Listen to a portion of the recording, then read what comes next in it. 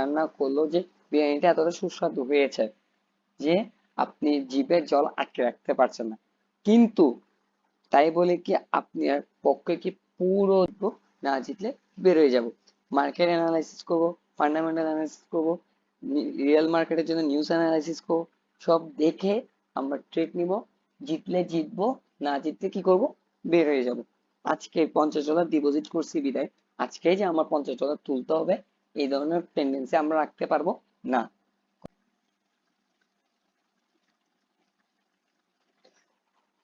তো সবাই কেমন আছেন? আশা করছি আপনারা সবাই ভালো আছেন।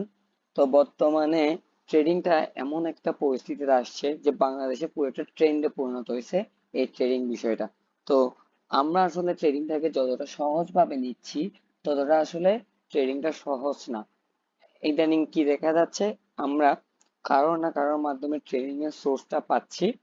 তো অলরেডি দেখতে পাচ্ছি আমাদের একটা ট্রেডের প্রফিট দিয়ে দিছে। উম, তো যেটা বলছিলাম, তো আমরা কি দেখতে পাই যে আমরা কারো না কারোর মাধ্যমে আমরা ট্রেডিং শিখতেছি বা ট্রেডিং এর সোর্সটা পাচ্ছি, অথবা কোনো একটা টেলিগ্রাম চ্যানেলের মাধ্যমে আমরা কোনো একটা ট্রেডারের চ্যানেলে ঢুকে তার থেকে সিগন্যালে আমরা ট্রেড করতেছি এবং আমরা নিজেদেরকে ট্রেডার দাবি করতেছি। তাছাড়া অনেকে বলেন যে ভাই অনেকদিন ধরে তো আমরা ট্রেড করতেছি বা ট্রেড নিয়ে কোর্স করছি, এরপরও ওই প্রফিট দেখি না, এখনো আমরা লসের খাতায় বসে আছি। আসলে এটার কিছু কারণ আছে, নির্দিষ্ট কিছু কারণ আছে। যে আমাদের আসলে কি হয়, আমরা ওই যে কিছুক্ষণ আগে বললাম যে একটা কোর্স করলাম, কোর্স করে আমরা নিজেদেরকে অনেক কিছু মনে করি, আমরা মনে করি আমরা একটা ট্রেডার হয়ে গেছি।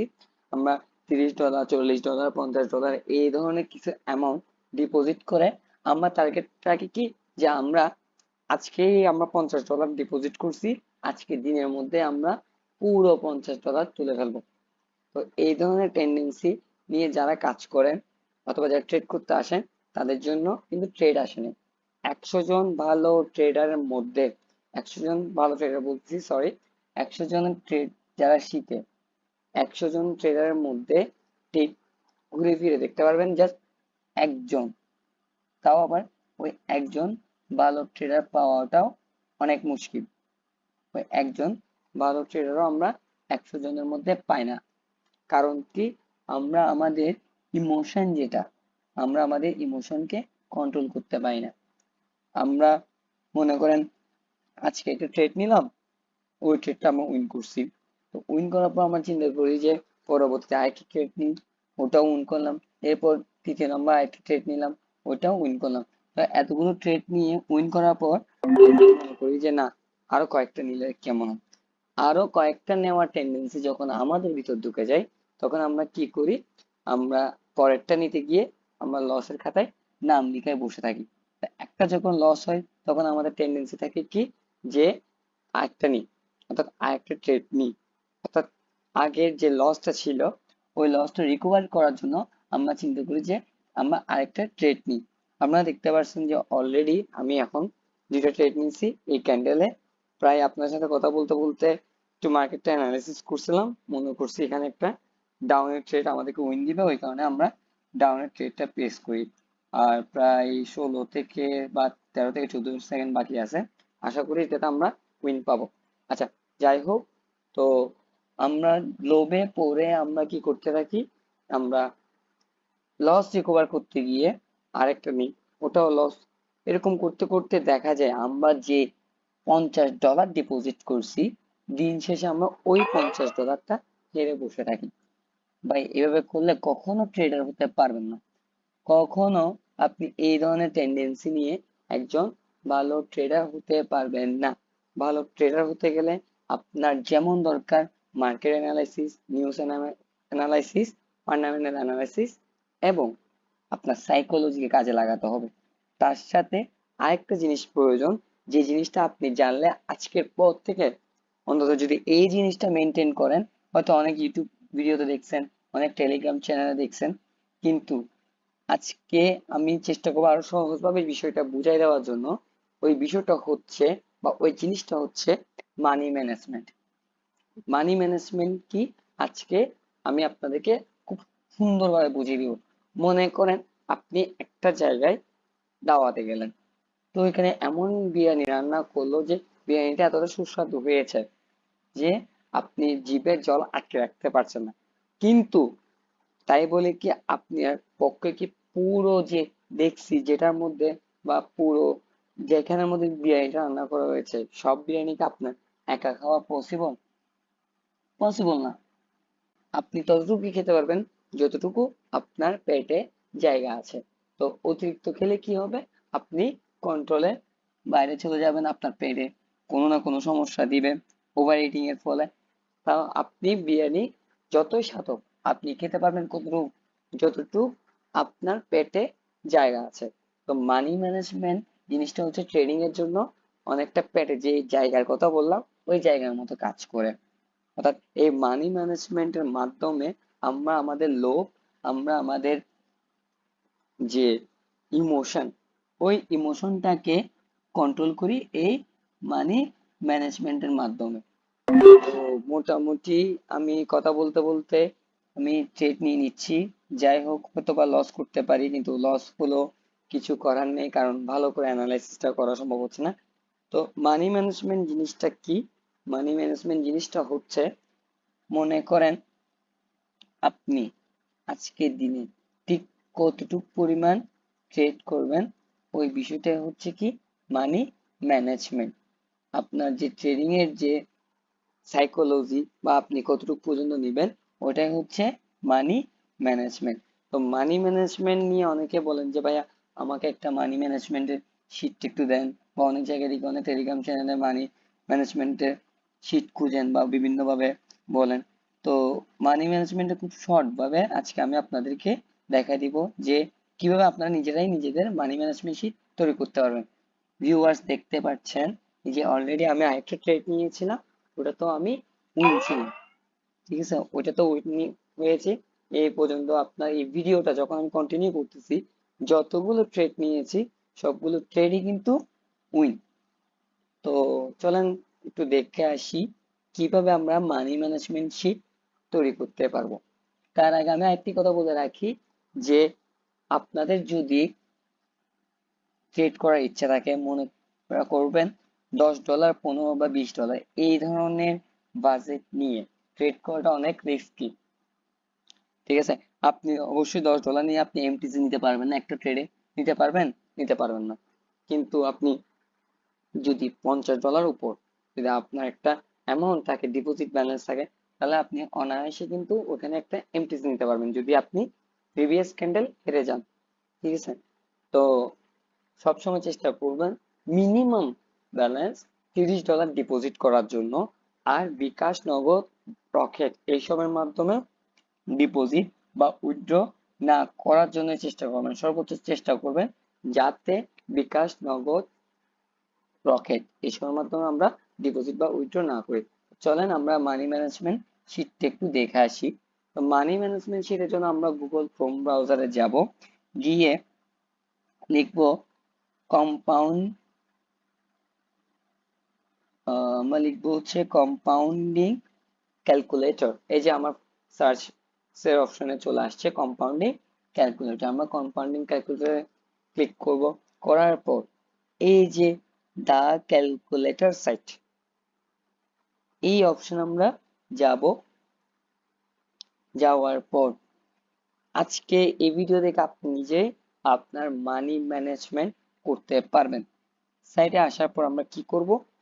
আমরা ফরেক্স কম্পাউন্ডে ক্লিক করব, সরি আমরা ডেইলি কম্পাউন্ডে ক্লিক করব, আমার একটু ভুল হয়েছে, আমি বলে ফরেক্স বলে ফেলেছি। তো আমরা ডেইলি কম্পাউন্ডে ক্লিক করব। এখন মনে করেন আপনার যে কারেন্সি কি ডলারে আছে, তো মনে করেন আপনি ডিপোজিট করতেছেন কত ডলার? $30। প্রিন্সিপাল অ্যামাউন্ট ওইখানে আমরা লিখবো $30। আমরা অতিরিক্ত লোভ করবো না, যেহেতু আমরা বিগিনার, আমাদের আগে ট্রেডিংটা শিখতে হবে, শেখার পাশাপাশি যদি সুযোগ হয় আমাদের কিছুটা ইনকামও করতে হবে। সো লোভ না করে এই যে ইন্টারেস্ট রেট আছে, ঠিক আছে, এই ইন্টারেস্ট রেট আমরা 1 থেকে 2% দেব, এর চেয়ে বেশি দেওয়ার দরকার নেই। আপনি মনে করবেন এই যে $30 যেটা আপনি প্রিন্সিপাল অ্যামাউন্ট বা যেটা ডিপোজিট করছেন, হ্যাঁ, ওই ধরনের একটা অ্যামাউন্ট যে আপনি কোথাও ডিপোজিট করছেন এটা আপনি মাথায় যদি না রাখেন তাহলে দেখবেন একটা একটা সময় গিয়ে আপনার ব্যালেন্সটা এতটুকু বাড়বে এই ট্রেডিং এর মাধ্যমে যে আপনার অন্য কোনো প্রফেশনে হাত দেওয়ারই প্রয়োজন হচ্ছে না। সো এখানে ইন্টারেস্ট রেটে 2 সিলেক্ট করবেন, ডেসে ডেসে এসে 30 ডে সিলেক্ট করবেন, include all days of week, অর্থাৎ আপনাকে জিজ্ঞেস করছে যে আপনি সপ্তাহে প্রতিদিন ট্রেড করবেন কিনা। তো আমি ইয়েস দিলাম। আর এডিশনাল কন্ট্রিবিউশন, এখানে আছে যে আপনি নতুন ভাবে কি কোনো ডিপোজিট বা উইথড্রল করবেন কিনা। তো আপনি কোনো ধরনের ডিপোজিট বা উইথড্র করবেন না, তাই এখানে আমি নান দিচ্ছি। ঠিক আছে, তো আমি 30 দিনের মানি ম্যানেজমেন্টটা দেখবো। 30 দিনে আমার এই $30 ঠিক কতটুকু অ্যামাউন্টে গিয়ে পরিণত হয়। আর এই 30 দিনে আমি $1 কি করবো না, উইথড্র করবো না। আচ্ছা, দেখি। এই যে ক্যালকুলেট একটা অপশন আছে, এখানে ক্লিক করবো আমরা। দেখেন, এই 30 দিন পর, ঠিক আছে, 30 দিন পর আপনার টোটাল অ্যামাউন্ট দাঁড়াবে 53.28, অর্থাৎ 53.28 ডলার। আপনার 30 দিনে যদি আপনি কোনো ধরনের উইথড্র না করেন, এই পরিমাণ অ্যামাউন্ট আপনি $30 থেকে পাবেন। এখন কিভাবে পাবেন দেখে নিন। এই যে $30 2% করে আমরা কি নিব, প্রফিট নিব, এর চেয়ে বেশি নিব না। তো প্রথম দিন এখানে আর্নিং 0.60 সেন্ট, অর্থাৎ আপনি একটা ট্রেড উইন করলে আপনি ট্রেড সাইট থেকে বের হয়ে যাওয়াটাই উত্তম। কারণ আপনার মানি ম্যানেজমেন্ট শিটে কি দেখাচ্ছে, প্রথম দিন 0.60, অর্থাৎ প্রথম দিন একটা ট্রেড নিব, দ্বিতীয় দিনে একটা, তৃতীয় দিনও একটা। ঠিক আছে, চতুর্থ মানে আপনি এই পরিমাণ অ্যামাউন্ট লাভ করলে বা এই পরিমাণ অ্যামাউন্ট আপনার ব্যালেন্সে যোগ করলে আপনি ট্রেডিং থেকে বের হয়ে যাবেন। তারপর পঞ্চম দিন এরকম করতে করতে দেখেন প্রতিদিন কয়টা করে, আমরা যদি আমরা এই হিসাবটা করি, হ্যাঁ, আমরা প্রতিদিন কয়টা করে ট্রেড নিচ্ছি, একটা করে ট্রেড নিচ্ছি, অর্থাৎ একটা ট্রেড নিয়ে ওটা যখন উইন করবো আমরা বের হয়ে যাব। তো লাস্টের 3 দিনে বা লাস্টের 4-5 দিনে আস্তে আস্তে 2টা ট্রেড নিয়ে আমরা উইন করলে আমরা আবার ট্রেডিং সাইট থেকে বের হয়ে যাব। ঠিক আছে, তো যারা বিগিনার আছেন তাদের বলছি যে সব সময় আপনার যে নিউ, যদি আমি একটা ট্রেড নিয়ে একটা হেরে যাই, তাহলে রিকভার করার চিন্তাধারা করবেন না। আজকে দিনই দিন নয়, সামনে আরো দিন আছে, আপনি আগামীকালও আপনার সুযোগ আছে ওটা রিকভার করার, পরের দিনও। তাই ডেইলি একটা ট্রেড নিব, ওটা জিতলে জিতবো, না জিতলে বের হয়ে যাব।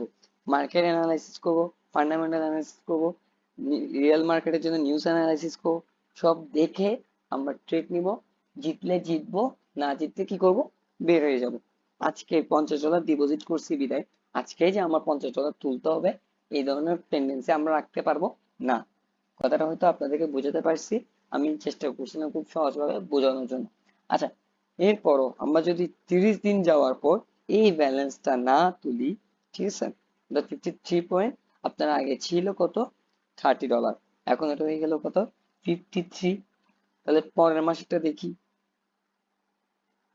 পরের মাসে আপনার টোটাল ব্যালেন্স 92, অর্থাৎ 2 মাস পর আপনার $30 $92 পরিণত হবে। কত পার্সেন্ট করে, অনলি আমি 2% করে দিচ্ছি, এখানে দেখেন 2%, এর চেয়ে বেশি দিই। তারপর হচ্ছে যেহেতু 2 মাস শেষ, আপনার ব্যালেন্স 92, এখন একটু 3 মাসের হিসাবটা করে দেখি।